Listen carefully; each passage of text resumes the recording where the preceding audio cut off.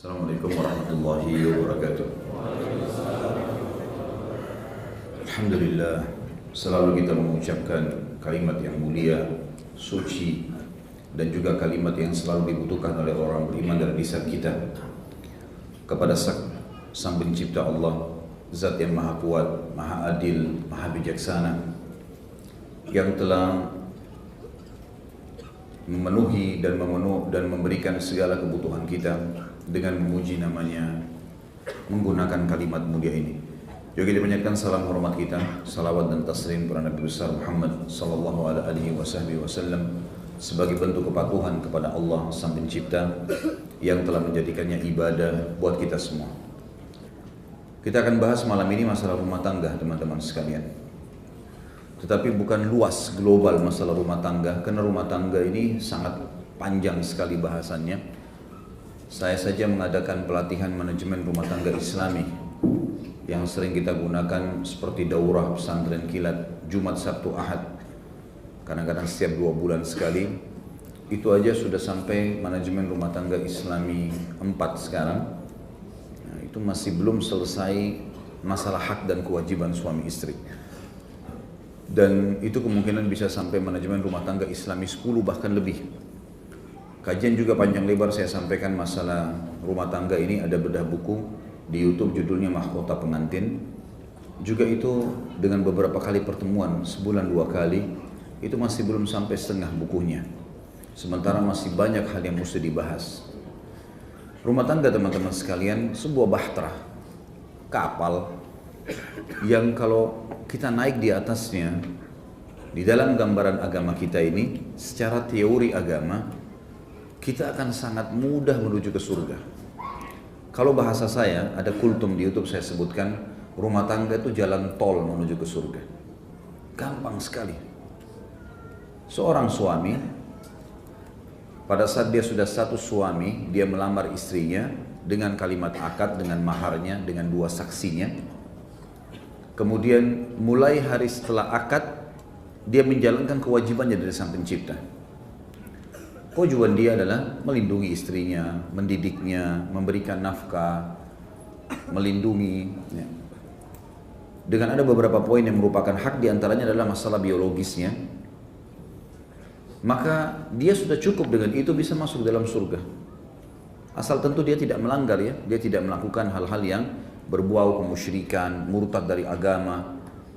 Di rumah azan dia ke masjid sholat, selebihnya dia habiskan waktunya dengan keluarganya. Itu udah cukup. Sampai dalam hadis Bukhari, beberapa orang sahabat, mereka penasaran apa yang Nabi SAW lakukan di rumahnya. Di luar kami sudah tahu. Di rumah apa yang dibuat nih? Datanglah beberapa orang ke rumah Nabi SAW dan bertanya kepada Aisyah radhiyallahu anha, Ummul Mukminin. Apa sih yang Nabi SAW lakukan di rumahnya? Wahai Ummul Mukminin Aisyah. Kata Aisyah radhiyallahu anha dengan sangat sederhana, Nabi SAW mengerjakan apa yang seseorang laki-laki di antara kalian kerjakan di rumahnya. Dia membantu istrinya pada saat memang dia ada waktu lowong. Bahkan Nabi SAW menjahit sendiri, memasang sendiri tali sendalnya. Maka sahabat semua heran dengan perilaku itu. Ternyata di rumah sangat simpel. Bersih-bersih rumah, rawat rumah, ajak ngobrol istri, didik anak, dengan menjalankan kewajiban-kewajiban 5 rukun Islam. Dia sholat, dia puasa, dia zakat, mati masuk surga, teman-teman sekalian. Istri adalah ajang mendapatkan pahala. Luar biasa. Apa kata Nabi SAW? Dinar yang engkau infakkan di jalan Allah, jihad. Dinar yang engkau infakkan untuk fakir miskin. Dinar yang engkau infakkan untuk bebasin budak. Dan dinar yang engkau berikan kepada istri anakmu jauh lebih besar pahalanya. Artinya ajang untuk sedekah paling besar di rumah, baru yang di luar. Dalam hadis yang lain kata Nabi SAW, 3 hal tidak dihitung sia-sia, pahalanya besar di sisi Allah. Dan walaupun kita habiskan waktu di situ, nggak dihitung sia-sia. Artinya Allah tidak murka. Dalam bahasa Arabnya lagu namanya. Lagu adalah membuang-buang waktu pada hal-hal yang tidak ada gunanya, dan itu haram dalam agama, dosa. Tapi kata Nabi SAW ada 3 hal tidak masuk dalam lagu, tidak masuk dalam hal sia-sia, bahkan berpahala. Yang pertama, seseorang yang keluar mencari nafkah. Seorang suami keluar cari nafkah buat istrinya untuk hidupin anak dan istrinya. Ini adalah hal yang tidak sia-sia. Walaupun antum 24 jam atau mungkin ada yang kerja di luar negeri sampai berbulan-bulan, tetap itu tidak dianggap sia-sia. Yang kedua, seseorang yang sibuk mengurus tunggangan perangnya. Zaman dulu tuh kuda, kalau kita sekarang mungkin apalah peralatan-peralatan perang, mungkin mobil tank, pesawat, segala macam. Itu tidak dianggap sia-sia, walaupun antum berhari-hari bersihin, ngerawat, itu tidak dianggap sia-sia. Dan yang ketiga, kembali ke rumah tangga lagi. Tadi yang pertama, masalah laki-laki cari nafkah. Yang ketiga, kembali lagi ke rumah tangga. Apa kata Nabi SAW? Bercandanya seorang suami dengan istrinya. Jadi biar bercanda dari malam sampai pagi, begadang sama istri, walaupun cuma ngobrol, walaupun cuma minum sama-sama, walaupun cuma bercengkrama, itu tidak dihitung lagi pahala di sisi Allah. Coba bayangkan teman-teman sekalian, bagaimana luar biasanya rumah tangga itu. Tentu kita tidak bicara malam ini teman-teman masalah suami, cuma saya kasih kronologisnya. Karena Imam Az-Zahabi rahimahullah membahas masalah istri malam ini. Dalam dosa besar ke-42 ini adalah membangkangnya istri pada suami. Kita bahas istri sama. Unsur timbal balik tadi dari suami. Kata Nabi SAW, wanita manapun, hadis Bukhari Muslim, wanita manapun yang menjaga 5 waktu sholatnya, puasa Ramadannya, melayani dan mentaati suaminya pada hal yang ma'ruf, kecuali pada saat dia meninggal dunia, dia masuk surga dari 8 pintu surga yang mana dia mau masuk. Sholat 5 waktu nggak disebutin sholat sunnah, nggak ada qabliyah, nggak ada ba'diyah, sholat wajib saja. Puasa Ramadan nggak disebutin puasa sunnahnya. Dan melayani suami, sibuk dengan itu, minumannya, makanannya, cuci bajunya, urus rumahnya, urus anaknya, itu aja. Pada saat mati, dia boleh pilih dari 8 pintu surga yang mana dia mau masuk. Simple sekali untuk masuk dalam surga ini. Luar biasa. Wanita manapun yang taat sama suaminya, kata Nabi SAW dalam hadis yang riwayat Al-Hakim, taat sama suaminya, maka seluruh yang di langit, malaikat-malaikat, bintang-bintang, bulan dan matahari, beristighfar kepada Allah untuknya. Bahkan kata Nabi SAW dalam lanjutan hadis ini, bahkan ikan-ikan yang ada di lautan beristighfar untuk wanita tadi itu. Mohon ampun. Jadi luar biasa sekali, gitu kan? Kata Nabi SAW, wanita ahli surga, pasti masuk surga, dijamin. Adalah wanita yang kalau dia disakiti oleh suaminya atau dia menyakiti suaminya. Tentu di sini disakiti bukan hal-hal yang haram dalam agama. Dalam arti kata gini, mungkin ada haknya masih terbengkalai, gitu kan? Bukan berarti dia digebukin, dia di pemabuk suaminya, bukan itu. Tapi ada sesuatu yang mungkin dia kecewa atau dia yang mengecewakan atau dia menyakiti. Maka dia tidak akan tidur malam hari kecuali dia letakkan tangannya di atas tangan suaminya sambil berkata, aku tidak bisa tidur kecuali kamu sudah ridho. Kamu udah terima, maafin aku baru bisa tidur. Itu wanita di surga. Dan ternyata di situ ada rahasianya. Kalau akhwat kita membaca hadis-hadis seperti ini, kemudian mereka tidak membaca dengan keimanan, mereka bisa salah faham. Kalau dengan keimanan begini memahaminya. Karena kesannya hadis-hadis ini menyuruh seluruh wanitanya harus tunduk, harus mengalah, harus patuh dan seterusnya. Sebenarnya Allah pencipta kita lebih paham teman-teman sekalian. Cara untuk bagaimana membuat suami itu sayang, suami itu cinta, memang dengan cara begitu. Saya yakin sini teman-teman laki-laki kalau seandainya kita lagi salah nih sebagai seorang suami, pas malam hari masuk kamar, istri kita yang sambut lalu dia mengatakan, maaf ini masih bujang ya. Ini sudah pembicaraan masuk ke kamar ini. Saya lupa tadi, mungkin di sini masih banyak yang bujang. Ini sudah saya bicara masalah kamar dan ranjang itu. Ya. Kalau orang capek pulang ke rumah, kemudian memang kita dalam kondisi salah, ataupun kita benar, lalu istri sudah sambut dengan pakaian yang bersih, dengan wangi, dengan senyum. Pertama sekali dia rangkul tangan kita lalu mengatakan, kalau saya salah, maka saya minta maaf. Kalau kamu salah, saya sudah maafin. Kira-kira bagaimana posisi antum sebagai laki-laki? Saya tanya laki-laki normal. Laki-laki tidak normal lain. Kalau ada jawaban selain jawaban saya, pasti kita akan ridho. Berarti tidak normal itu. Istrinya sudah baik, sudah rapi, sudah wangi. Terus kita yang sakitin dia nih, kita yang lagi salah. Lalu kemudian dia ucapkan kalimat itu teman-teman sekalian. Saya tidak bisa tidur sampai kamu ridho. Atau bahasa lain, kalau kau buat salah, saya maafkan. Kalau saya salah, maafin ya. Itu semuanya terbuka, matanya terbuka, kantongnya terbuka. Sekarang kalau antum disantuni sama istri begitu, kira-kira jadi baik nggak? Jadi baik, kan itu. Tapi subhanallah banyak wanita tidak paham itu teman-teman sekalian. Ada wanita, ada istri mau minta uang bulanan sama istri suaminya, gaji. Suaminya setengah mati kerja 1 bulan, gaji pas-pasan, SMS-nya ingat sudah tiba nafkah.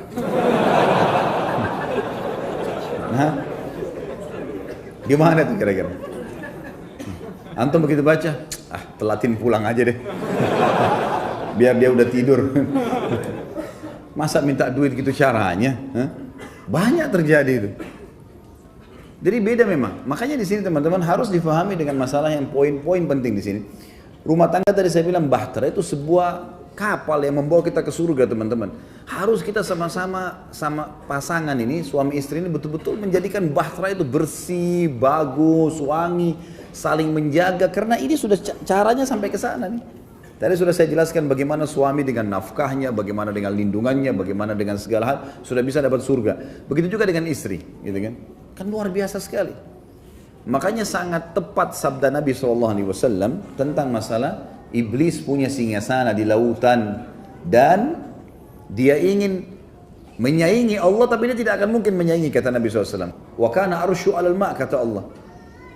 Singgasananya Allah di atas air. Ya.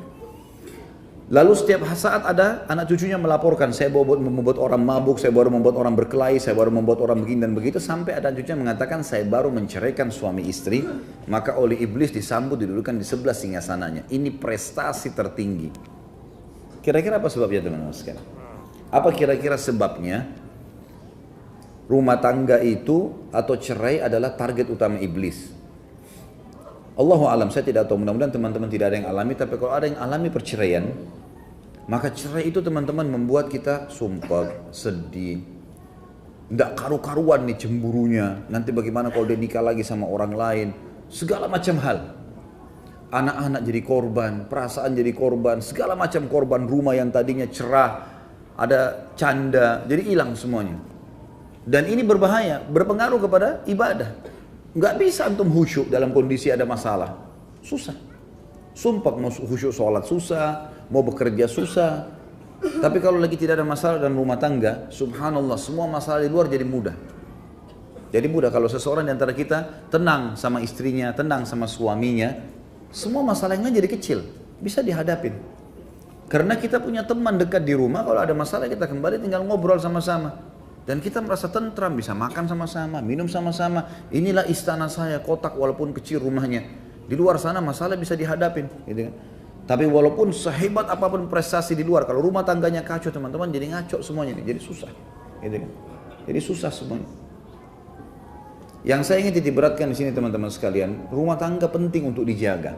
Nah untuk menjaga harus kita kenal beberapa hal. Untuk menjaga rumah tangga dulu ya, nanti akan saya masuk ke dosa membangkang ini. Yang tidak kalah pentingnya, pertama bekali diri dengan ilmu dan keikhlasan. Kita menikah karena memang Allah yang perintahkan itu, bukan karena orang tua suruh, bukan karena semua suka, bukan karena teman-teman sudah nikah semua. Nah, bukan.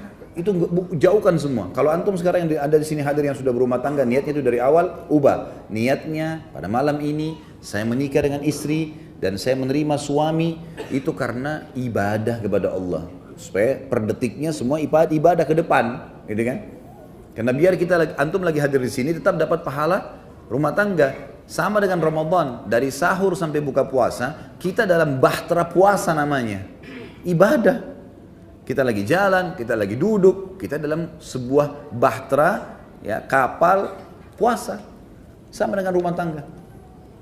Jadi kita ikhlaskan niat. Yang kedua teman-teman, fahami apa yang Allah minta kepada kita untuk dijalankan, kewajiban. Suami wajib memberikan nafkah, wajib memberikan perlindungan. Sampai kata Nabi SAW tadi masalah dinar lebih besar daripada infak, jihad di jalan Allah. Dan juga kata Nabi SAW sungguh berat siksaan orang yang membekalikan nafkahnya. Dan nafkah adalah makanan, minuman, pakaian dan rumah serta kendaraan semampu suami. Masuk kewajiban suami adalah perlindungan, harus dilindungi, gitu kan? Perlindungan. Ini At-Tahrim ayat 6 menjelaskan masalah itu. Kita harus lindungi istri dan anak kita, gitu kan? Kemudian juga masuk di dalamnya pendidikan, mendidik terutama berhubungan dengan kewajiban-kewajiban dia, gitu kan? Jangan sampai teman-teman berumah tangga teman malu menyampaikan pada istri, atau mungkin berharap istri tiba-tiba faham tanpa dijelaskan, nggak mungkin itu. Kemudian juga termasuk penting teman-teman dalam rumah tangga, dan itu kewajiban suami, memposisikan diri sebagai pemimpin dan menjadikan istri dan anak sebagai orang yang dipimpin. Jangan berikan wewenang kepada mereka. Ini penting ya. Jadi banyak suami dari awal menikah teman-teman, semua istrinya. Uang dikasih istrinya yang kelola, semua yang matiin lampu istrinya, yang ngontrol pintu istrinya, semua istrinya. Bahkan dia mau pakai baju pun, mau pakai baju yang mana nih? Ini kenapa ini? Berlebihan manja ini. Tidak boleh begini. Ada, harus posisikan, itu kewajiban antum sebagai laki-laki, memposisikan diri sebagai pemimpin. Pemimpin itu pelindung. Antum yang tentukan, pakai begini, saya begini, harus begini. Kecuali antum tidak ada ilmunya di situ. Penataan rumah misalnya, kita memang tidak punya keterampilan, baik, silakan orientasikan kepada istri. Tapi jangan istri ini, karena nanti perempuan itu punya perasaan, nanti kita sebutkan karakternya. Kalau kita biarkan dia mengambil keputusan, satu kali dia sulit untuk meninggalkan itu. Sekali saja antum mengatakan, nanti kalau kita keluar, kamu aja yang tentukan tempatnya. Sekali aja antum bilang begitu, laki-laki. Maka perempuan akan berpikir setiap saat harus antum sampaikan. Sekali antum keluar tidak sampaikan ke dia akan marah. Karena pakai perasaan. Maka posisikan antum sebagai penentu keputusan dan dia sebagai orang yang dilindungi. Ini penting, ini termasuk kewajiban suami. Termasuk kewajiban suami. Begitu pula teman-teman sekalian dengan istri, punya kewajiban taat dengan suaminya, ya. Kemudian dia tidak boleh melakukan apapun kecuali dengan izin suaminya. Wanita mukminah yang faham, teman-teman sekalian, kalau perlu dia mau pakai baju, dia tanya suaminya, saya mau pakai baju warna ini hari ini, kamu izinkan? Kamu suka nggak? Dia hanya untuk mengejar surga. Bagaimana caranya dia melakukan itu? Apa saja, mau masak, mau ganti gorden, mau lakukan apapun, sekecil apapun suaminya semuanya. Karena memang itu Nabi SAW perintahkan, gitu kan? Nabi SAW perintahkan, bahkan Nabi SAW tidak mengizinkan seorang wanita mukminah berpuasa sunnah atau ibadah sunnah sementara suaminya sedang di tempatnya, kecuali dengan izinnya. Kata Nabi SAW, tidak layak dan tidak halal bagi wanita mukminah mengerjakan puasa sunnah sementara suaminya sedang di tempatnya, kecuali dengan izinnya. Sampai seperti itu. Seseorang wanita datang kepada Nabi SAW mengatakan, ya Rasulullah, saya mau menikah, tapi saya mau tahu dulu hak suami saya apa. Kata Nabi SAW, kalau mau bahas hak suamimu, kalau lukanya berdarah, bernanah, kamu jilatin, bukan kamu lap, kamu jilatin, bersihkan dengan lidahmu, maka kau belum bisa memberikan haknya. Aisyah mengatakan radhiyallahu anha, hai wahai muslimah, kalau seandainya kalian tahu hak suami kalian di sisi Allah, maka kalian akan mengambil bekas debu telapak kaki dan kalian letakkan di pipi kalian. Jadi luar biasa kedudukannya. Suami juga perlu mengetahui bahwasanya ini adalah wanita yang dia naungi dan dia bisa mendapatkan surga darinya. Istri juga begitu. Jadi unsur timbal balik. Baik. Jadi selain daripada keikhlasan dalam membangun rumah tangga teman-teman, niatkan ikhlas karena Allah, bukan karena diajak teman dan seterusnya. Yang kedua, jalankan kewajiban, hak dan kewajiban. Dan yang ketiga, kenali karakter pasanganmu. Ini penting. Tahu karakter pasangan. Perempuan punya banyak karakter, ada kurang lebih 20 karakter saya susun, tapi saya tidak teringat sekarang, tapi dalam tulisan saya ada. Di antaranya perempuan itu suka dipuji, maka antum harus royal pujian. Laki-laki harus suka royal, muji.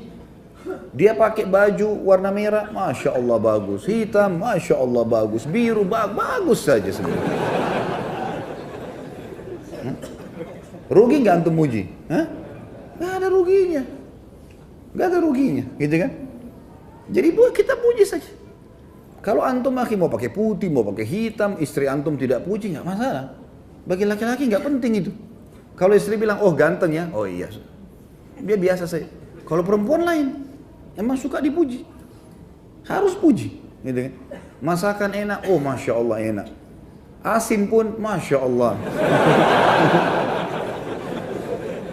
Baik. Enak ya, Masya Allah, enak. Tapi besok kurangin garamnya sedikit. Nggak apa-apa, puji dulu. supaya dia mau masak. Perempuan pakai perasaan, sekalian tuh bilang, "Nggak enak, besok nggak masak." Kenapa nggak masak? Kan nggak enak masakan saya. Nah, suka dipuji, ya. Yang kedua, karakter perempuan itu suka mengulang-ulang sesuatu. Kenapa perempuan teman-teman setelah menikah sama antum, dia suka minta pulang ke orang tuanya, sebentar-sebentar pulang ke ibu, pulang ke ayah, mudik, terus menerusin, rutin. Ya, gitu. Kenapa? Karena ada kenangan di sana. Dia punya kamarnya waktu masih gadis, dia punya tetangganya, pohon di belakang rumah dia masih ingat. Kalau antum sudah pindah Jakarta sudah lupa semua tuh laki-laki, kan? Ini perempuan diingat, suka kenangan terulang. Nah, jangan antum jenuh, karena nanti lawannya karakter laki-laki itu mudah jenuh. Kalau dia minta diantar ke tempat yang sama, jenis makanan yang sama, enggak apa-apa, antar saja. Nggak ada ruginya. Karena memang dia suka sesuatu yang terulang. Antum pernah kasih bunga sekali, dia berharap bunga itu dikasih seumur hidup, diulang-ulang terus. Kalau antum dikasih sepatu sama istri, nggak berharap dikasih sepatu lagi nanti, ganti yang lain. Kalau perempuan tidak, memang suka terulang. Jelas ini? Yang bujang juga dapat manfaat lah. Sebenarnya ini cuma rahasia internal kita saja, ya. Yang ketiga, suka diperhatikan, dan perhatiannya selalu kepada masalah pertanyaan. Kalau pulang rumah teman-teman, banyak tanya sesuatu. Kamu lagi kerja apa hari ini? Apa kegiatan kamu? Kalau dia cerita, dengar. Antum harus jadi pendengar yang baik. Dengarin keluhannya, gitu kan? Tapi harus sabar, apa boleh buat? Karena menghadapi perempuan begitu, memang dia cerewet. Ya? Suka cerita ini, suka cerita itu dari temannya masih kecil sampai temannya yang sudah tua sekarang. Semua dicerita lengkap. Nggak apa-apa, dengerin aja cerita. Oh iya, begini, iya, pindah lagi sini. Saya kadang kalau duduk depan istri saya itu, dia cerita dari temannya ini, temannya itu, temannya ini. Oh iya, ini kayaknya dari tadi sudah 5 kok ceritanya. Ada lagi yang lain gak ini? Kita mau makan dulu nih. Tapi dengar. Karena kalau tidak didengarkan, antum tidak jadi pendengar yang baik, dia akan cari orang yang mau dengar dia. Coba antum puasin istri sudah terbiasa curhat sama antum, dia nggak akan butuh temannya nanti. Karena sudah ada tempat pelampiasan. Nanti kita lawankan ini teman-teman, laki-laki terbalik, tidak suka diperhatikan. Contoh perhatian adalah telepon. Coba telepon teman-teman sekalian, telepon, tanya kabar segala macam. Itu perhatian yang luar biasa. Kalau laki-laki nggak suka, antum suka kalau lagi kerja di telepon? Hah? Baru keluar rumah 5 menit kering istri telepon. Ya Allah, baru ketemu. Laki-laki begitu. Kalau perempuan tidak, antum baru naik mobil telepon, suami saya telepon, lain. Dia anggap itu perhatian luar biasa, gitu kan? Padahal sebenarnya pas diangkat, kenapa ini? Assalamualaikum, salam. Oh, saya kepencet. Jangan lakukan itu. Jangan lakukan itu. Sudah terlanjur kepencet pun, oh iya, saya kebetulan rindu sama kamu. Bilang kepencet, marah nanti dia. Kalau laki-laki nggak suka sering ditelepon, antum nggak suka sering diperhatikan, perhatian terus berlebihan, kita nggak mau. Laki-laki nggak suka, memang karakternya begitu. Ini karakter perempuan terbalik. Antum pujian tidak terlalu tadi, jadi kita sudah langsung berbalik. Perempuan suka dipuji, ini nggak suka dipuji. Artinya bukan hal yang penting bagi dia, gitu kan? Ini diperhatikan, ini nggak suka diperhatikan. Nggak suka diperhatikan. Jadi kalau ada laki-laki yang suka diperhatikan itu ada tanda tanya. Artinya kalau laki-laki yang luar biasa harus ditelepon terus sama istrinya kemana-mana, itu tanda tanya gitu, ya. Itu contoh gitu. Kemudian ada karakter juga perempuan teman-teman sekalian, mereka didominasi dengan perasaan, kita didominasi dengan akal. Pertemukan dengan itu. Dominasi dengan perasaan selalu saja sensitif, selalu saja merasa mudah tersinggung, masuk dalamnya, ya, mudah memaafkan, itu semua masuk dalam perasaan. Kalau subhanallah ya, ini kita tidak berharap, tapi ada kalau seorang laki-laki selingkuh, naudzubillah, dia selingkuh dengan perempuan lain, berzina. Kemudian setelah dia selingkuh, dia datang ke istrinya, dia bilang, saya sudah berbuat salah nih, saya buat gini. Istrinya mudah maafin gak? Mudah maafin. Tentu antum tidak bisa jawab sini, yang di belakang yang jawab kan. mudah dimaafin. Masih banyak istri kalau suaminya mau taubat sekali dia maafin. Kita balik. Kalau antum temukan istri antum selingkuh, antum mau maafin enggak? Sudah ada di depan, enggak. Belum selesai anak jelasin sudah panjang enggaknya gitu. Berat. Laki-laki pakai pikiran dia. Ini sudah disentuh orang lain, enggak, saya enggak mau. Gitu. Kalau dia tidak, dia masih berpikir berbeda. Ini dominasi perasaan, ini dominasi akal. Nah, dominasi perasaan biasanya agak kritis.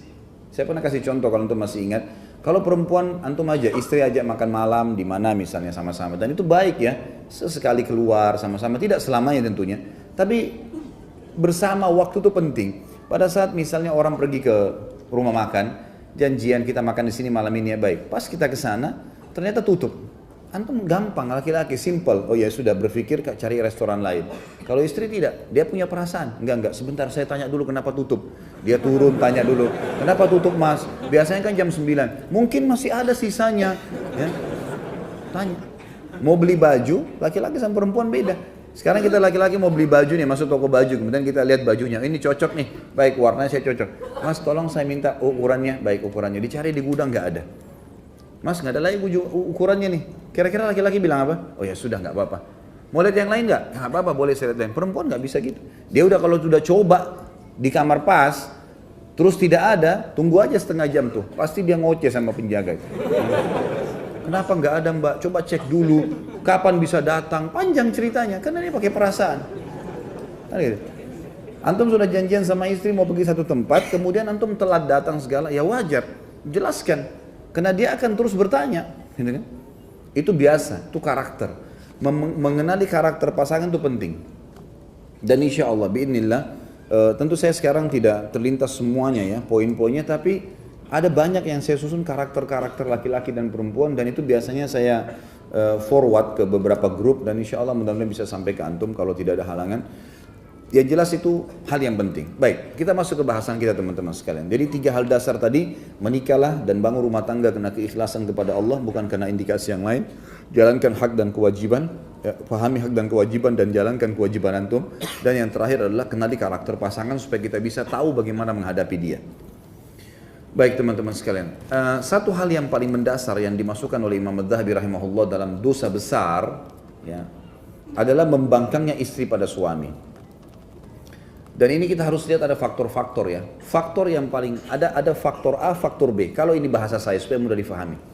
Faktor A adalah memang dasarnya sudah fitrah ada pada perempuan itu. Seperti misal gini. Memang dasarnya perempuan ini tidak beragama dari awal. Memang tidak beragama. Antum nikah sembarangan sama orang yang sudah jauh dari agama, sholatnya enggak, tutup aurat enggak, segala macam hal, enggak ada pendidikan agamanya. Ini memang berarti fitrahnya dia sudah jauh dari itu. Ya. Ini bisa menjadi faktor utama, faktor A ya, yang menjadikan faktor utama dia membangkang. Makanya Nabi SAW wasiatkan, cari wanita yang beragama. Wanita dinikahi karena 4 hal. Kecantikannya, banyak orang nikahi karena kecantikan. Baik, ada orang menikahi karena keturunannya, jalur keturunan. Ada yang menikahi karena kekayaannya, dan ada yang menikahi karena agamanya.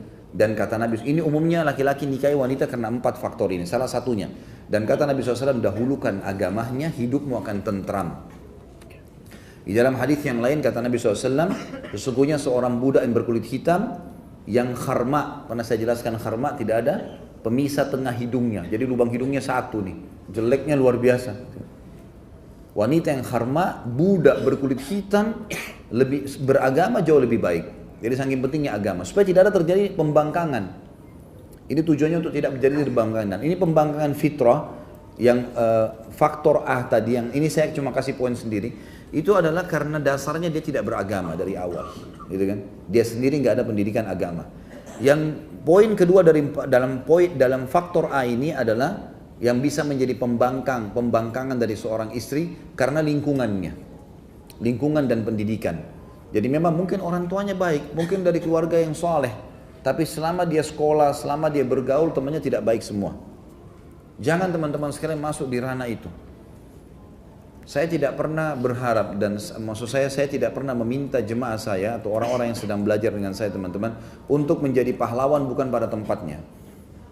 Antum jangan jadi pahlawan bukan pada tempatnya. Misal ada perempuan pelacur, naudzubillah, kemudian antum mau jadi pahlawan menyelamatkan dia. Baik, saya akan nikahi kamu, yang penting kamu jadi baik gini. Jangan jadi itu bukan tempatnya. Salah itu.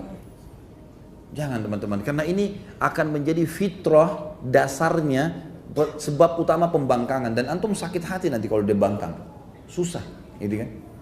Jadi jangan jadi pahlawan di situ. Pahlawan itu teman-teman membela agama, ya, berperang di jalan Allah itu pahlawan di situ. Membela keluarga, membela kehormatan nama, iya, itu iya. Tapi kalau di sini jangan, ya. Jangan coba-coba kepada hal itu. Saya nggak apa-apa, coba kerja di sini. Ya kalau ada saya bisa tahan ya sudah, kalau enggak ya sudah, enggak apa-apa. Jangan coba-coba. Apalagi di situ ada sesuatu yang haram, jangan. Jadi ini faktor A yang saya bahasakan tadi, ini poin saya sendiri. Tapi untuk ya menjelaskan faktor utama, penyebab utama adanya pembangkangan atau namanya nusyud dalam agama. Ada yang teman-teman sekalian, faktor B, penyebab pembangkangan itu dari suami. Memang dari suaminya, dari kita. Seperti misal, tadi saya bilang dari awal suami ini tidak mendidik istrinya untuk menjadi orang yang dipimpin. Gimana sih antum kalau jadi atasan mimpin orang? Instruksikan ini, instruksikan itu, suruh perbaikin ini, suruh perbaikin itu, kemudian penuhi gajinya, penuhi kebutuhan-kebutuhannya pegawai itu. Bukan kita katakan istri pegawai ya, bukan. Tetapi jelas sekali bagaimana seorang suami memposisikan diri sebagai pelindungnya, penaungnya, penyiap segala kebutuhannya, kadang-kadang jadi kakaknya, kadang-kadang jadi ayahnya, memposisikan diri di situ. Tegas tapi tidak keras, ya. Beda antara tegas sama keras. Tegas itu, ini nggak boleh loh, haram dalam agama, tinggalkan. Keras itu melotot matanya, suka mukul, ini tidak ada dalam Islam. Tegas boleh, keras nggak boleh, gitu kan. Jadi harus digarisbawahi poin ini. Nah ada faktor B yang membuat pembangkangan terjadi karena dari suami. Masuk dalam faktor B teman-teman, lingkungan dia. Antum harus batasi. Harus tahu, setiap suami sini harus tahu istrinya berteman sama siapa. Harus tahu. Tapi tidak terjadi unsur timbal balik ya. Kalau istri tidak punya kewajiban untuk itu karena istri tidak bertanggung jawab terhadap suaminya. Tapi kita suami bertanggung jawab terhadap istri. Memang kita harus tahu dia bergaul sama siapa. Kadang-kadang ada orang subhanallah rusak rumah tangganya justru karena ada orang ketiga yang masuk ke istrinya memberikan masukan-masukan yang salah. Yang salah. Ada terjadi rumah tangga teman-teman, masalah. Orang menjalani rumah tangga 5 tahun, 4 tahun, 10 tahun. Kemudian dia konsultasi sama orang di luar, orang ketiga ini tidak ngerti apa-apa, tiba-tiba saja masuk dan mengatur dari luar rumah tangga. Ini banyak sekali faktor penyebab perceraian. Maka jangan munculkan faktor-faktor ini. Menikahlah, faktor A ini tadi, poin A, menikahlah dengan wanita mukmin yang dari dasarnya awal baik. Faktor B yang menjadi internal, antum jangan memposisikan istri sebagai pemimpin dari awal itu. Jangan jadikan sebagai pemimpin. Jadi biarkan dia yang dipimpin. Dia yang dilindungin, bukan antum yang dilindungin, gitu kan? Memang sudah begitu. Nggak usah, teman-teman. Laki-laki nggak butuh manja, ya. Hapus kalimat manja dari laki-laki ini nggak ada. Antum yang memanjakan, nah itu iya. Jangan dibalik ini. Istrinya harus tidur di dada, bukan antum tidur di dadanya. Jangan dibalik. Ada laki-laki begitu, dia yang cengeng, dia yang tidur. Ini bagaimana mau diajak berjihad ini? Nggak bisa. Biar pakaian dalamnya istrinya semua yang atur, kaos kakinya di mana-mana semua istri yang atur.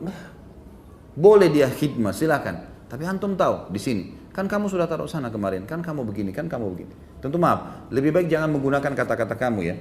Kalau saya coba terapkan, panggil nama lebih baik. Namanya si A, kita mengatakan si A gitu. Walaupun kita lagi ngobrol ya, itu lebih baik, lebih santun lah. Kemudian juga Nabi SAW sunnahnya memanggil dengan panggilan-panggilan yang baik. Sayang, cinta, apalah, segala macam. Lampiaskan semua kalimat-kalimat indah itu ke istri. Bukan ke tempat lain. Sebagaimana juga istri melampiaskan semua kata-kata baiknya kepada suaminya. Gitu kan? Baik. Kalau terjadi pembangkangan teman-teman sekalian, ini ada hukum syar'i tersendiri. Baik itu fitrahnya ataupun antum penyebabnya. Hati-hati. Nah biasa yang susah, kalau dua ini bisa susah diperbaikin ya. Kecuali memang dengan hikmah Allah dia mau jadi baik. Dia mau jadi baik baru bisa. Kalau enggak sulit. Ya, sulit sekali. Sekarang kita bahas pembangkangan istri sebagai suami terhadap suaminya yang dikatakan dalam agama nusyud. Saya sudah sebutkan dari faktor penyebabnya.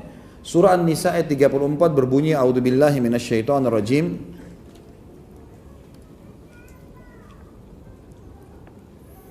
Jadi kalau yang pegang buku itu, di awal buku ini diambil potongan ayat saksi bahasan. Tapi coba lihat di footnote-nya ya. Di footnote di bawah ayatnya lengkap. Kata Allah Subhanahu wa taala, A'udzubillahi minasyaitonirrajim. Ar-rijalu qawwamuna 'alan nisa'i bima faddalallahu ba'dahum 'ala ba'din wa bima anfaqu min amwalihim. Fas-salihatu qanitatun hafizatun lil ghaibi bima hafidallah. واللاتي تخافون نشوذهن فعظوهن واهجروهن في المضاجع واضربوهن فإن أطعنكم فلا تبغوا عليهن سبيلا إن الله كان عليا كبيرا. Kaum laki-laki adalah pemimpin bagi kaum wanita. Ini tadi yang saya bilang teman-teman, faktor B tadi. Banyak orang tidak memposisikan diri di sini sebagai pemimpin. Pemimpin kan berarti dia penaungnya, pelindungnya, ya. Dia memenuhi kebutuhan. Kaum laki-laki adalah pemimpin bagi kaum wanita. Oleh karena Allah telah melebihkan sebagian mereka laki-laki atas sebagian yang lain wanita, dan karena mereka telah menafkahkan sebagian dari harta mereka. Hasil kerjanya sebagiannya disuruh kasih kepada istri. Dan di sini juga teman-teman sekalian pernah saya titik beratkan kalau masih ingat dalam pertanyaan-pertanyaan yang dilemparkan waktu itu masalah rumah tangga, tidak ada kewajiban seorang suami memberikan semua gajinya ke istri. Tidak ada kewajiban itu. Yang bijak antum duduk tanya kebutuhan rumah 1, 2, 3, 4, 5, 6, 7, 8. Antum gajinya 10 juta, ternyata kebutuhan rumah 5 juta. Baik, ini 5 juta saya kasih ya. 1 juta lagi saya kasih ini untuk simpanan kamu. Udah. Atau sebutkan nama dia gitu kan. Sisa 4 juta antum bisa tasarruf. Tasarruf ini maksudnya bisa kita alokasikan kemana saja. Kebutuhan kita pribadi. Jangan semuanya istri teman-teman. Ada orang subhanallah sampai mau beli pulsa harus minta sama istrinya, mau beli apa harus minta sama istrinya. Ini salah. Ini bukan ar-rijalu qawwamuna 'alan nisa. Harusnya antum yang atur. Kalau ternyata kebutuhan uang kita 5 juta saya gajinya dan kebutuhan 5 juta, itu silahkan antum kasih lengkap semua. Karena memang tidak ada jalan keluar. Harusnya memang dikasih ke dia. Karena memang itu adalah kewajiban dalam agama. Kalau kurang, ya kita berusaha cari ekstra supaya bisa memenuhi, karena itu kewajiban dari sang pencipta Allah. Ini perlu digarisbawahi. Sebagaimana juga perempuan teman-teman sekalian, ya, kalau istri antum dapat warisan atau dia punya usaha sebelum menikah, tidak ada hak kita untuk mengambil 1 rupiah pun. Istri sebaliknya punya hak dari harta kita, tapi sebagian yang merupakan nafkah. Jangan dikasih semua, gitu kan? Antum punya hak untuk membantu ibu, membantu saudara, bangun masjid, beli buku, apa segala itu hak bisa, gitu kan? Di sini dikatakan oleh Allah, oleh karena Allah telah memelihara mereka. Saya ulangi kembali, kaum laki-laki adalah pemimpin kaum wanita, dan kenapa laki-laki dikasih jadi pemimpin? Karena Allah telah melebihkan sebagian mereka laki-laki dari sebagian lainnya wanita. Maksudnya kelebihan fisik, kekuatan. Memang laki-laki ini di kulitnya saja, kulit laki-laki itu sudah beda dengan kulit perempuan. Ya, semuanya, postur tubuhnya segala itu berbeda memang. Dia disiapkan untuk menghadapi panasnya matahari, tagih utang, sholat berjamaah, ngantar jenazah, jihad, memang untuk itu. Perempuan memang lebih lembut, gitu kan. Makanya mereka punya perawatan khusus, kemudian mereka tinggal di rumah dan seterusnya. Seperti itulah. Kata Allah, karena Allah memberikan kelebihan laki-laki, dia bisa berjuang, melindungi dan seterusnya. Dan karena mereka telah menafkahkan sebagian harta mereka, sebagian saja di sini. Pendapatan dia dikasih ke nafkah. Dia juga bisa tasarruf atau dia bisa mengelola hartanya sendiri. Sebab itu wanita yang salihah ialah yang taat kepada Allah. Apa yang Allah suruh perintahkan maka dia jalankan. Lagi memelihara diri ketika suaminya tidak ada, tidak berkhianat.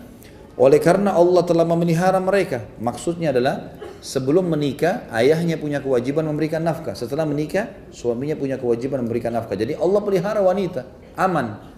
Dan ini sebab utama kenapa warisan wanita cuma 1 dan laki-laki 2. Karena perempuan tidak punya kewajiban memberikan nafkah apa-apa. Dia sebelum menikah ayahnya, setelah menikah adalah suaminya. Wanita-wanita yang kamu khawatirkan nusyuznya, dan ini saksi bahasan kita, pembangkangannya, maka nasihatilah mereka. Nasihati dengan baik. Kamu salah loh, ya, sebutin namanya misalnya, kita sebutin, ingatin, salah loh ini. Ya. Harusnya begini, agama berkata begini. Kalau tidak mau juga, tetap dia melakukan kesalahannya, tidak mau tutup aurat, tidak mau sholat, tidak mau menjalankan kewajiban melayani biologi suaminya, maka pisahkan mereka di tempat tidur. Artinya pisah tempat tidur atau pisah kamar. Cuman ini namanya hajar ya. Tidak boleh kita menghajar di luar rumah. Kata baginda Nabi SAW, janganlah kalian menghajar atau memboikot istri di ranjang, tidak bergaul, tidak diajak ngomong gitu kan. Kecuali dalam rumah. Nggak boleh kita ke rumah orang tua, nggak boleh kita ke rumah teman. Emang di dalam rumah saja gitu. Kalau juga tidak mau, dikatakan sini jika mereka mentaatimu, maka janganlah kamu mencari-cari jalan. Ini masih ada yang tertinggal kalimat di terjemahannya. Mestinya pisahkan mereka di tempat tidur. Jika mereka tidak mau, maka pukullah mereka. Ini tidak ada terjemahan di situ. Wadribuhun. Dan pukulan ini saya sudah pernah sampaikan, pukulan yang darbatun ghairu mubarrah. Pukulan yang tidak berbekas. Menggunakan kayu siwak atau ujung jari saja. Jadi bukan dijadikan sebagai ajang tinju ya. Sebentar istrinya memar di sini, sebentar di sini, sebentar ditendang. Ini laki-laki yang pukul istrinya ini sama sekali nggak ada kejantanannya, sama sekali. Perempuan dilawan, lawan sana di luar, harimau, singa, nah itu baru laki-laki namanya.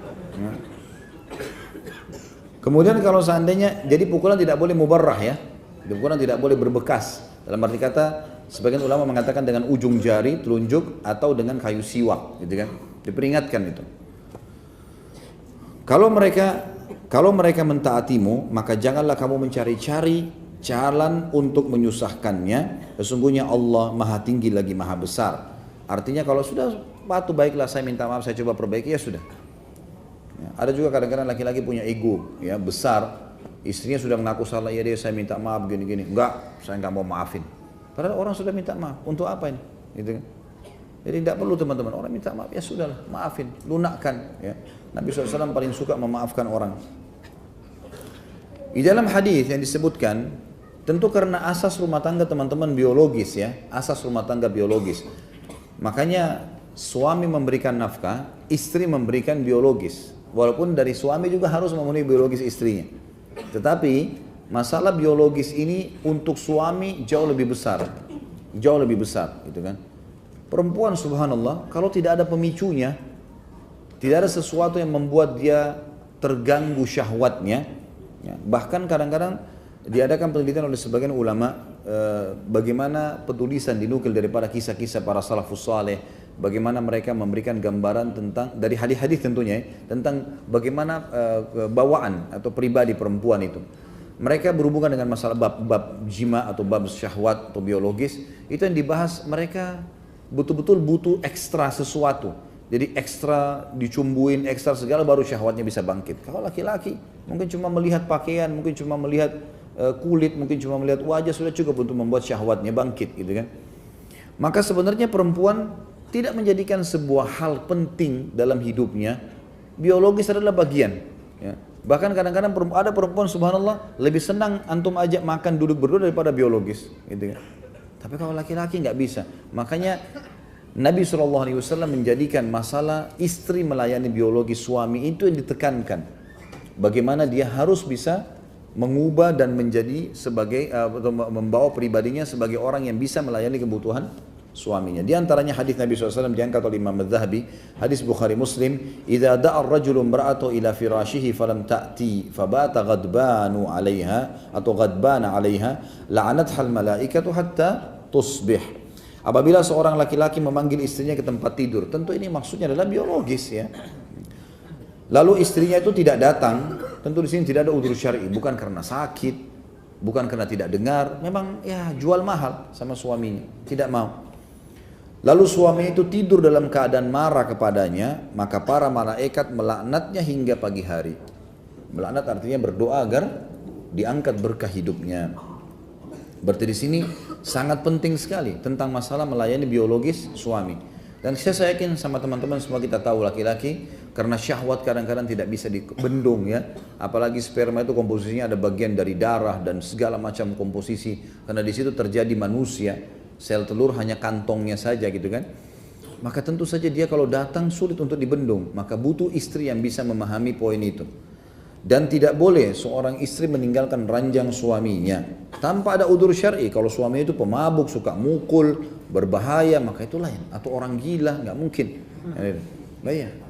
Tapi kalau tidak ada udzur syar'i tidak boleh meninggalkan ranjang suami. Ini ibu-ibu di belakang, jangan hanya karena lupa dibawain bunga, jangan hanya karena tidak sempat diantar, jangan cuma karena ini dan itu kemudian tiba-tiba meninggalkan ranjang suami. Jangan, bertakwalah kepada Allah.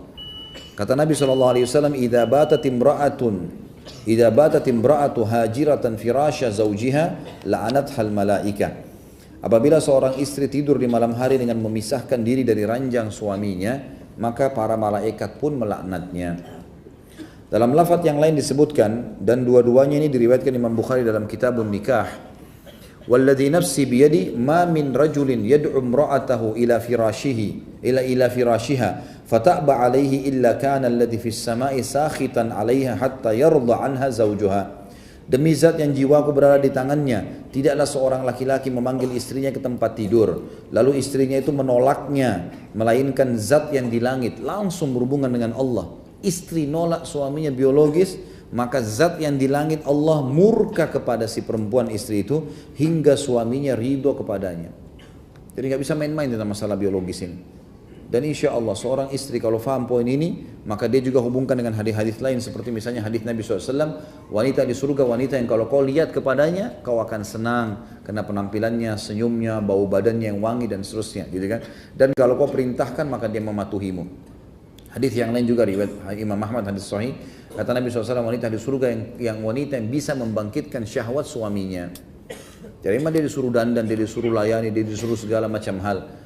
Jadi laki-laki mudah bangkit syahwatnya, dengan penampilan sudah cukup membuat dia mau mendekati istrinya.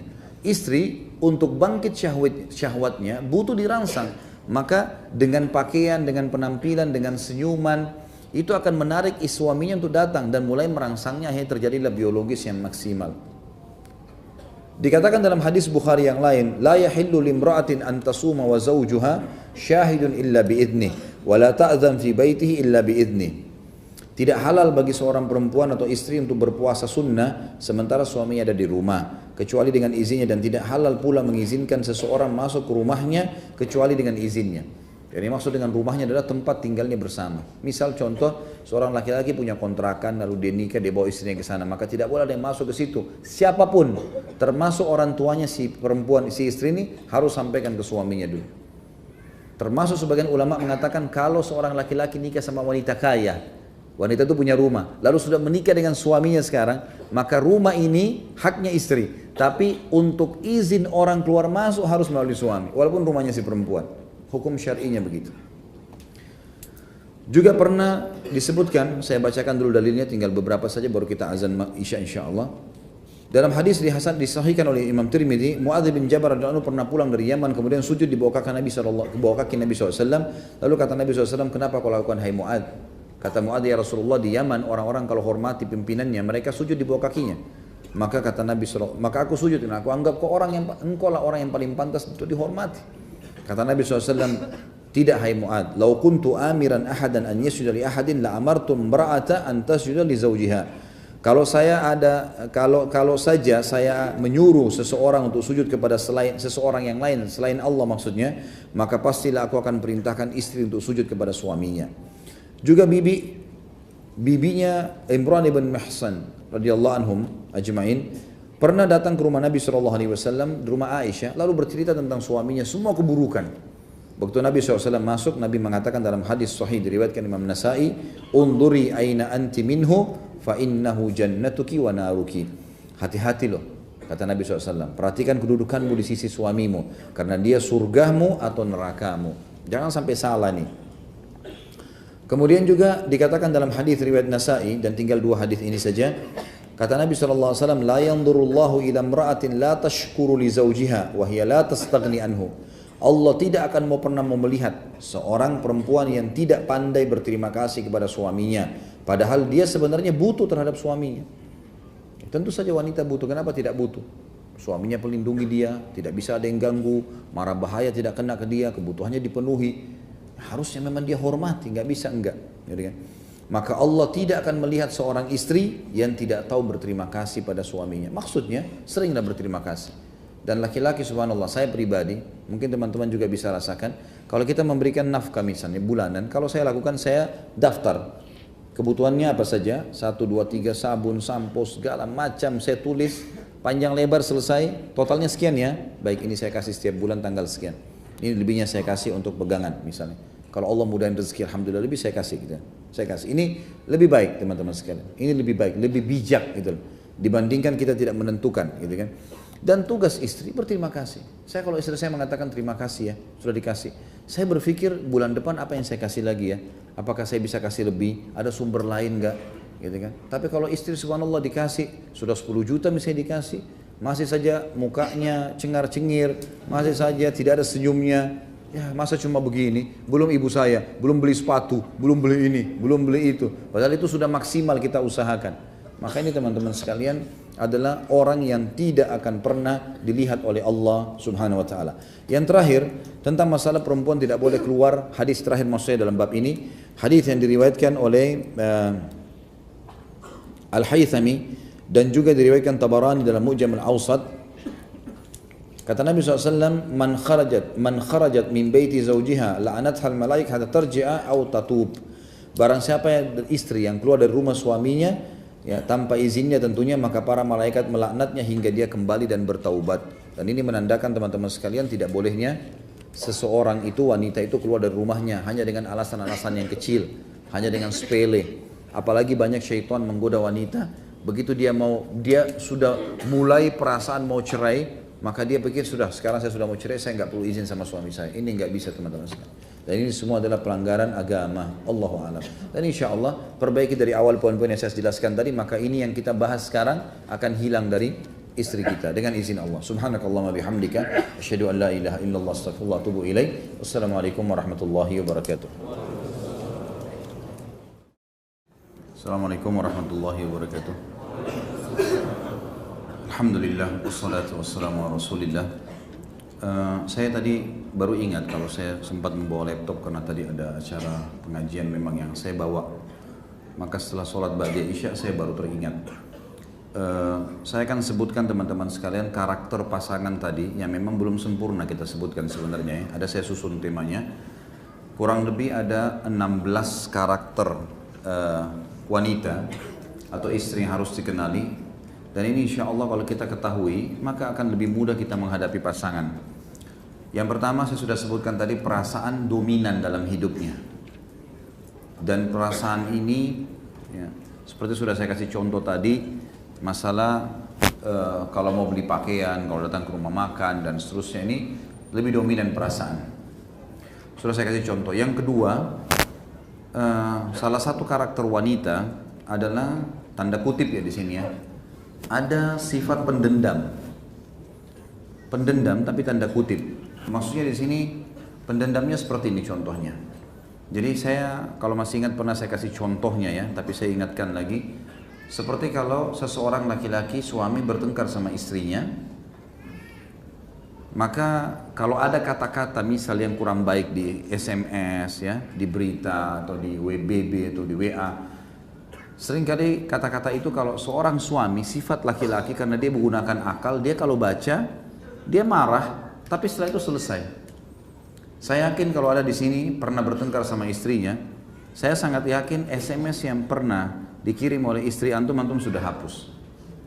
Kalau laki-laki, mungkin 3 hari, seminggu, nggak pernah antum simpan. Ada nggak sih laki-laki, mungkin keluar dari normal tuh ya, dia simpan SMS istrinya setahun misalnya. Hah? Ada yang pernah simpan sampai 1 tahun isi SMS istrinya, mungkin kalau dia pernah marah. Sehari, 2 hari, seminggu sudah jenuh antum, dihapus. Tapi kalau perempuan tidak, ada simpan tanda kutip tadi pendendam. SMS yang tahun lalu dia masih simpan. Kalau perlu 10 tahun lalu masih ada. Disimpan. Jadi kalau lagi tenang, lagi duduk, pernah begini-begini. Kapan itu? Pernah, ini buktinya, dilihatin. Nah berarti kalau sudah menghadapi istri dan terjadi pertengkaran, jangan banyak-banyak SMS. Baca, tidak usah balas. Nanti kalau ketemu baru ngobrol. Karena itu jadi data nanti disimpan sama dia. Bahkan ada sekarang ini berkembang teknologi, banyak istri kalau ngomong sama suaminya direkam, diam-diam. Jadi antum cek dulu dekat ranjang, ada ada alat perekam nggak? Yang ketiga, sulit berterima kasih. Emang sifat perempuan itu. Jadi sebesar apapun pengorbanan kita, dia terima kasih pada saat itu, setelahnya sudah selesai. Bahkan bisa dilupain kebaikan itu. Jadi beda dengan sesuatu yang sifatnya dia dendam, dia sakit hati, maka disimpan lama-lama. Tapi kalau kebaikan orang dilupain. Makanya sabda Nabi SAW, hadis yang sahih, ya, wanita itu kalau kau berbuat baik padanya, kata Nabi SAW, hadis secara global tentunya ya, kalau kau berbuat baik padanya, satu abad itu 100 tahun ya, kemudian dia melihat kepadamu satu kesalahan saja, maka dia akan mengatakan, saya tidak pernah melihat kebaikan dari kamu selamanya. Jadi jangan heran, kebaikan apapun antum tumpuk-tumpukin setiap hari, nggak disebutin, nggak diingat, itu biasa. Karena itu karakter. Itu sesuatu bawaan dia gitu loh. Tentu ini semua akan bisa dikontrol dengan keimanan ya. Kita sebutkan karakter ini tujuannya agar kalau sesuai dengan agama kita dukung, tidak sesuai dengan agama kita ingatkan, tapi ini karakter umumnya. Sulit berterima kasih. Bahkan kata Nabi SAW dalam hadis sahih, wanita, saya melihat kalian wahai kaum wanita paling banyak penghuni neraka. Seorang sahabat bertanya, kenapa kami ya Rasulullah? Kenapa harus wanita? Jawaban Nabi SAW, apakah karena tidak sholat, tidak puasa, tidak haji? Enggak, wanita banyak sholat, banyak yang puasa. Karena kalian tidak berterima kasih atau memungkiri kebaikan suami kalian. Itu karena itu banyak sekali masuk dalam neraka. Yang keempat, egois pada haknya. Itu karakter. Jadi kalau haknya dia pertahankan. Walaupun dia belum menjalankan kewajiban, hak dituntut sama dia. Tadi saya bilang kita tentukan tanggal nafkah, itu pasti diingat sama dia. Nggak usah khawatir. Antum nggak pakai alarm pun nafkah itu akan datang. Ada alarmnya dia gitu. Tapi kalau hak antum tidak, emang sudah umum. Tentu sekali lagi ini kita bicara masalah karakter pasangan umumnya ya, karakter wanita umumnya. Nanti kita bicara karakter laki-laki umumnya. Nah di sini teman-teman sekalian kita harus paham, ternyata ada ego itu. Ada itu dalam jiwanya mereka. Tentu ini kalau dikontrol dengan keimanan dan ilmu akan bisa teratur rapi. Tapi kita bicara globalnya. Yang kelima, mudah memaafkan. Ini positifnya, mudah memaafkan. Kayak tadi saya kasih contoh, kalau seandainya suaminya selingkuh segala macam, dia minta maaf, itu bisa dimaafkan. Mudah memaafkan wanita itu. Yang keenam, suka untuk dimanja. Ya. Suka dimanja, suka diajak bercanda, itu sudah umum. Itu sifat wanita. Dan saya bilang tadi jangan dibalik ya. Laki-laki jangan pernah manja, tapi memanjakan. Ya. Kalau yang suka manja-manja ini perlu sunat kembali. Yang ketujuh, wanita itu suka untuk dicumbui atau dirangsang, itu umum. Jadi memang laki-laki, antum walaupun pada satu waktu ada syahwat yang besar lagi pengen, jangan buru-buru. Karena dia suka kalau dia dirangsang, dia dicandain, dan itu memang sudah biasa, dan ini sudah umum tentunya. Kemudian yang kedelapan, suka dipuji dan disanjung. Ini sudah saya sebutkan tadi. Suka sekali dipuji, apapun yang dia berikan, masakannya, pakaiannya, segala macam lah, dipuji. Ya. Yang kesembilan, suka diperhatikan. Dan ini sudah saya sebutkan juga tadi. Termasuk di sini adalah telepon, tanya kabar, dan seterusnya. Ini sudah biasa. Kemudian yang kesepuluh, suka dilindungi. Ya. Jadi perempuan itu lebih suka kalau berjalan, dia dilindungi di belakang. Dia selalu merasa aman, dilindungi. Tentu kalau antum laki-laki tidak suka kalau istri antum jalan di depan, ya. Merasa terganggu kejantanannya. Gitu. Kalau masih jantan, ya. Allahu alam ini, karena di Indonesia ini subhanallah yang banci-banci ini juga di orbit ya, yang sudah hilang kejantanannya. Kemudian yang ke-11, suka ditraktir, belanjain. Hah? Ketawa di belakang. Dia alamnya memang itu. Benar kan? Suka ditraktir. Kalau antum biasa kalau makan terus istri mau bayar kan punya harga diri. Nggak, jangan. Kalau dia suka. Belanjain aja, nggak hilang marahnya itu. Kalau lagi marah-marah kita mau belanja apa ya kita ajak keluar. Yang ke-12, lamban dan lelet. Jadi kalau mau janjian sama istri keluar, 2 jam sebelumnya. Siap-siap ya. Nggak bisa kayak antum itu. Mau keluar, oke baik saya jalan sekarang. Sudah pakaian langsung jalan, naik motor keluar. Nggak bisa perempuan begitu. Sebentar dulu, cari kos kaki di mana, cari ini di mana, cari ini di mana. Oh jilbab ini kemana sudah saya pakai, ganti jilbab baru, panjang cerita. Jadi janjian sebelumnya. Ini ilmu mahal malam ini nih. Ini ilmu khususan. Jadi lamban biasa itu ya. Kalau dia buat ini, buat itu biasa lamban. Apalagi kalau diajak keluar. Kemudian yang ke-13, suka sesuatu yang terulang. Ya. Terulang itu biasa. Kalau antum sudah pernah kasih sesuatu 10 tahun yang lalu, dia masih ingat tuh. Mungkin antum sudah lupa beli apa dulu gitu. Tapi dia masih ingat, dia suka terulang sesuatu. Sama tadi saya bilang kalau dia pulang ke rumah orang tuanya, mengenang sesuatu yang lama itu biasa. Yang ke-14, sulit meninggalkan masa lalu. Jadi kalau misal gini, kalau laki-laki itu, antum tugas nih di Jakarta, terus perusahaan kasih tugas, pindah tugas ke Banjarmasin misalnya. Tiba-tiba, saya yakin antum gampang laki-laki kan? Di sana mungkin dikasih fasilitas lebih bagus, ada rumah, ada mobil, ada segala. Nggak terlalu sulit. Tapi kalau istri susah sekali, susah. Dia pindah kota itu nggak gampang. Pindah rumah aja nggak gampang. Gitu. Pikirannya macam-macam. Ini tetangga nanti bagaimana, nanti rumah, pohon saya ini, apalah segala macam dia pikir.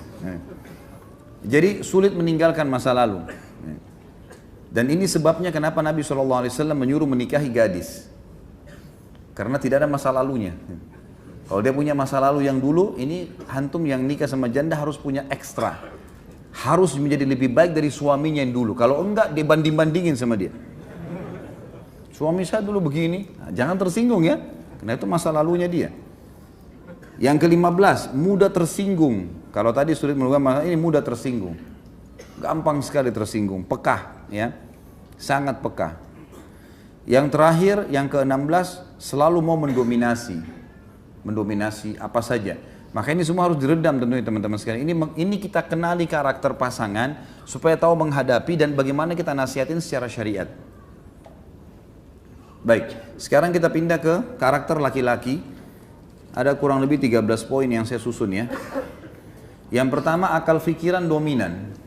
Saya sudah jelaskan tadi. Bagaimana akal pikiran itu gini teman-teman. Masalah, solusi. Itu akal pikiran dominan. Kalau perasaan itu dipikirin dulu lama, baru solusinya. Ya. Kalau laki-laki itu pecat ban mobilnya atau pecat ban motornya, yang kita pikirin mana tambal ban, solusinya langsung. Masalah, solusi. Kalau perempuan enggak, dia turun dulu. Kenapa ya? Kena apa ini? Tadi lama. Jangan tersinggung akhwat di belakang ya. Kita bicara secara umum. Tapi kalau tersinggung juga apa boleh buat ya? Karena sudah ini apa boleh buat, ini karakternya memang. Baik, yang kedua yang harus dikenali, ini bagi akhwat harus mengenal. Laki-laki itu suka dihormati kepemimpinannya. Jadi memang ada fitrah itu. Jadi laki-laki itu teman-teman sekalian, maaf, jangan ada yang tersinggung ya. Kalau dia pendek, dia kecil, badannya tetap punya karakter laki-laki, kejantanan, ada pemimpinan. Jadi dia tidak suka diganggu itu. Dia suka dijadikan sebagai pemimpin, didahulukan, didengar pembicaraannya, didengar instruksinya. Ini karakter ini. Makanya saya pernah kasih contoh kalau anak laki-laki sama anak perempuan beda. Kalau antum masih punya anak kecil coba praktikin. Kalau anak perempuan kita berikan makanan teman-teman sekalian, taruh di piring, sedikit antum bukan dilempar ya, tapi sedikit disentak piring itu di depannya, silakan makan nak. Dia nggak akan tersinggung, dia tidak akan terganggu dengan itu. Tetapi kalau anak laki-laki dilempar sedikit piring itu, maka dia akan terganggu kepemimpinannya. Dia tidak mau makan tuh, walaupun anak kecil. Diambil piring, dibuang-buang nasi itu sama sendok, dia nggak mau. Seperti itu, ada jiwa kepemimpinan, ada merasa pemimpin di situ. Kalau anak laki-laki, ini pernah saya pelajari dalam ilmu kejiwaan anak, teman-teman sekarang waktu masih belajar di Madinah dulu, ada satu dosen yang luar biasa cara penyampaiannya bagus sekali. Beliau mengatakan anak laki-laki itu contohnya, di antara jiwa kepemimpinan, dia selalu contohi ayahnya. Jadi kalau antum punya anak laki-laki, pasti dia selalu perhatikan gerak-gerik ayahnya, apa saja. cara pakai sendalnya, duduk di mana, gelas apa yang dia pakai. Nah biasanya kata dosen ini, dan saya pernah praktikin, memang betul itu terjadi ya. Jadi kalau ayahnya pergi, maka kalau ada adiknya, dia akan duduk di tempat ayahnya. Dia akan coba gunakan retorika bahasanya. Dia akan coba pakai gelasnya, gitu kan. Seperti itulah. Yang ketiga, suka dihormati keputusannya. Tadi kepemimpinan, dia ngambil keputusan, sekarang suka dihormati keputusannya. Yang keempat, tidak suka dihardik. Jadi kalau akhwat kita mau perbaiki, mau nasihatin suaminya, ayahnya, pokoknya laki-laki secara termasuk anak laki-laki, jangan dihardik. Jangan langsung disalahkan, ya. Kalau perempuan dikatakan, kamu keliru loh, perbaikin. Dia malah anggap itu perhatian. Kalau laki-laki nggak bisa begitu. Kayaknya kamu salah nih, gini-gini. Udah, langsung berontak, ya. Maka tidak suka dihardik. Hardik itu berarti langsung menyalahkan, ya. Yang kelima, tidak suka digurui. Walaupun dia tidak tahu, dia tidak suka digurui. Maka biasanya retorika yang saya ajarkan kepada akhwat atau seorang istri, menghadapi suami, dia usahakan seperti orang yang bertanya, tapi sebenarnya sedang ingin memberikan nasihat kepada suaminya. Bagaimana ya, kalau ada orang seperti ini kasusnya, menurut kamu seperti apa? Padahal sebenarnya kita sedang menyinggung dia. Gitu.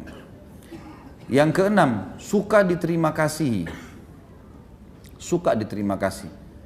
Jadi laki-laki itu suka kalau dia ngasih sesuatu, terima kasih ya. Gitu. Beda terima kasih dengan tadi perhatian ya. Kalau perempuan suka diperhatikan itu, biar antum tidak ucapin terima kasih, tapi kalau dilirik, dilihat, ada tanda-tanda perhatian sudah cukup. Kalau laki-laki enggak, si perempuan kalau mengatakan terima kasih ya, itu akan ada secara kejiwaan mendorong dia melakukan yang lebih baik. Yang ketujuh, suka melindungi. Jadi sifat laki-laki itu suka melindungi, perempuan suka dilindungi tadi. Jadi memang sudah karakter itu. Orang kalau menikah, maka dia suami, dia merasa dia melindungi istrinya, dia merasa dia bertanggung jawab kalau akan terjadi apa-apa, seperti itulah. Dan termasuk anak laki-laki juga, kalau sudah mulai dia agak besar, dia akan melindungi ibunya, dia akan melindungi yang lainnya. Dan memang subhanallah pada laki-laki ada itu. Makanya penjahat itu, kalau ada seorang wanita lewat dan ada anak laki-laki di sebelahnya, walaupun anak itu masih kecil, itu sudah cukup membuat dia bimbang untuk melakukan perbuatan kriminalnya. Tapi kalau anak perempuan, itu dia masih berani. Karena ada masalah itu. Kemudian yang kedelapan, suka untuk digoda. Ya. Artinya di sini memang laki-laki itu suka kalau penampilan istrinya dandan, apalah, yang segala macam bahasa yang bisa digunakan ya. Dari penampilan pakaian yang seksi, yang wangi, dan itu memang dia suka. Makanya seorang suami, dia butuh itu di rumah. Seorang istri harus melakukannya. Dan hadis-hadis tadi saya jelaskan, wanita ahli surga, wanita yang bisa memberikan bahwa syahwat suaminya, dan itu adalah hal yang fitrah gitu. Tentu ini ada banyak poin dalam poin ke-8. Setiap poin ini ada rinciannya ya, tapi saya cuma sebutkan garis besarnya. Kemudian yang ke-9, suka mencium bau yang wangi. Ini ada pada wanita tetapi tidak seperti laki-laki. Kalau laki-laki itu dekat dengan istrinya lalu dia cium bau wangi, itu luar biasa pengaruh pada kejiwaannya. Dia selalu ingin mendekat, dia selalu merasa nyaman gitu kan. Kalau istri, suaminya walaupun baunya tidak wangi, tapi karena dia baik, ya, maaf ya saya belum mandi nih, enggak apa-apa kok. Dia suka saja. Tapi kalau antum pulang ke rumah dekat baunya nggak enak istrinya, sudah menghindar. Itu sudah fitrah. Perempuan juga suka yang wangi-wangi, bukan berarti antum jangan tidak pakai minyak wangi ya. Tapi yang dimaksud adalah perempuan biasanya dia masih tahan dengan itu. Bau ketiaknya suaminya, pulang kerja loh, masya Allah baunya. Ya. Tapi dia masih bisa tahan. Ya nggak apa-apa, ini kan bau keringat suami saya, ini karena dia. Begitulah terbawa perasaan dia. Tapi kalau laki-laki nggak bisa gitu. Maka akhwat hati-hati ya di belakang, jaga. Nggak boleh ada bau sedikit pun, gitu, kecuali yang wangi. Ya. Yang ke-10, suka melihat keindahan seperti pakaian, rumah, tempat tidur. Maka ini harus menjadi sesuatu yang dibawa oleh akhwat kita. Yang ke-11, sulit memaafkan bila cemburu. Ini yang kadang-kadang laki-laki dominan. Dia sudah cemburu, itu bahaya sekali. Sasarannya terus ke target cemburu itu, gitu kan? Kalau misalnya istrinya pernah jalan atau istrinya pernah dilihat oleh orang, maka dia akan selalu orang ini seperti singa mengintai mangsanya. Ini pernah lihat istri saya nih. Udah itu terus menerus gitu, terbawa. Ini sulit memaafkan bila cemburu ya, dia sulit memaafkan. Dan yang ke-12 cemburuan, memang wajar. Jadi akhwat kita harus bisa faham masalah itu. Banyak orang mengatakan perempuan cemburuan, sebenarnya perempuan tidak cemburuan loh. Tidak cemburuan gitu. Dia hanya karena sayang sama suaminya, dia mau tunjukkan dengan cara itu. Tapi cemburu yang sebenarnya itu ada pada laki-laki. Laki-laki, dan sebenarnya kalau dia cemburu pada hal haknya dia itu benar dalam syariat. Makanya pernah ada sahabat yang pulang ke rumahnya lalu dia temukan istrinya selingkuh sama laki-laki lain. Lalu kemudian dia bingung harus buat apa, dia datang ke masjid, dia mengatakan, ya Rasulullah, saya temukan istri saya selingkuh, apa yang saya harus buat? Maka Sa'ad radhiyallahu anhu keluar dari saf laki-laki lalu mengatakan, ya Rasulullah, kalau terjadi pada istri saya, terjadi selingkuh seperti itu, saya akan bunuh keduanya, maksudnya saya akan rajam, hukum Allah berlaku. Kok bisa berani-beraninya berselingkuh berzina? Kata Nabi SAW, apakah kalian melihat cemburunya Sa'ad? Dia tuh cemburu, Sa'ad cemburu, kenapa kok istri kemudian masih bisa berzina? Gitu kan? Maka kata para sahabat, iya ya Rasulullah. Kata Nabi SAW, saya lebih cemburu daripada Sa'ad dan Allah lebih cemburu daripada saya dan Sa'ad. Kenapa sudah dilarang masih dikerjakan? Jadi memang ada sifat cemburuan. Cemburuan sebenarnya itu ada pada laki-laki. Yang ke-13, mau didahulukan dalam segala hal. Ada bedanya sedikit dengan tadi kalau perempuan mau mendominasi ya.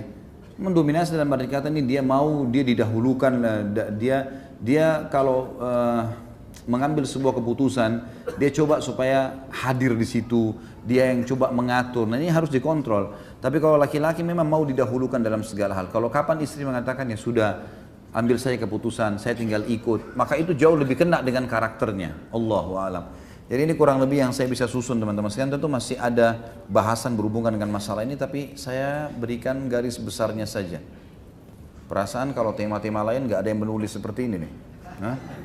Giliran materi rumah tangga nulis nunduk semua ya.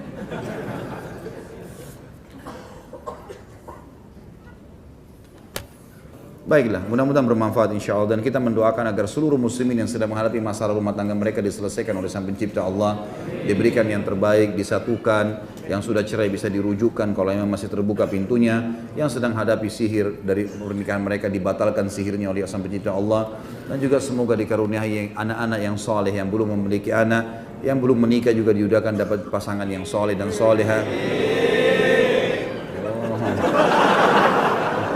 Ini lagi berdoa ini.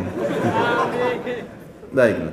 Dan semoga insya Allah Jakarta diberikan pemimpin yang saleh, yang beriman kepada Allah, dan juga presiden kita dan seluruh jajaran pemerintahan diberikan hidayah dan kembali kepada Islam, Al-Quran dan Sunnah, dan semoga Indonesia menjadi contoh bagi negara yang lain. Dan juga kita mendoakan saudara kita di Palestina, di Syria, di Yaman, di Irak, di Myanmar, di Ahsa, dimanapun mereka berada sedang tertindas, semoga Allah ikhlaskan niat mereka, terima para syuhada mereka, muliakan Islam di tangan mereka dan tangan kita semua, dan semoga Allah partisipasikan kita bersama mereka di pahala baik dengan doa dan harta juga dengan jiwa kita. Dan semoga Allah yang maha mendengar dan maha melihat, dan saya yakin itu adalah sifat Allah yang mulia, menyatukan kita semua yang di masjid ini, dan juga insya Allah mengikuti ceramah kita ini di surga Firdausnya tanpa hisab, mana ya satukan kita di majlis ilmu yang mulia ini. Kalau ada benar dari Allah, kalau salah dari saya mohon dimaafkan. Dan insya Allah saya berharap teman-teman tidak lupa jadwal kita hari Sabtu insya Allah ba'da duhur tablik akbar serial sahabat Abdullah bin Mas'ud radhiyallahu anhu. Mudah-mudahan bisa mengajak teman, kerabat dan juga yang lainnya. Semoga ini bisa menjadi amal jariah buat kita semua. Mungkin begitu. Subhanakallahumma bihamdika asyhadu an la ilaha illallah astaghfirullah wa atubu ilaik. Wassalamualaikum warahmatullahi wabarakatuh.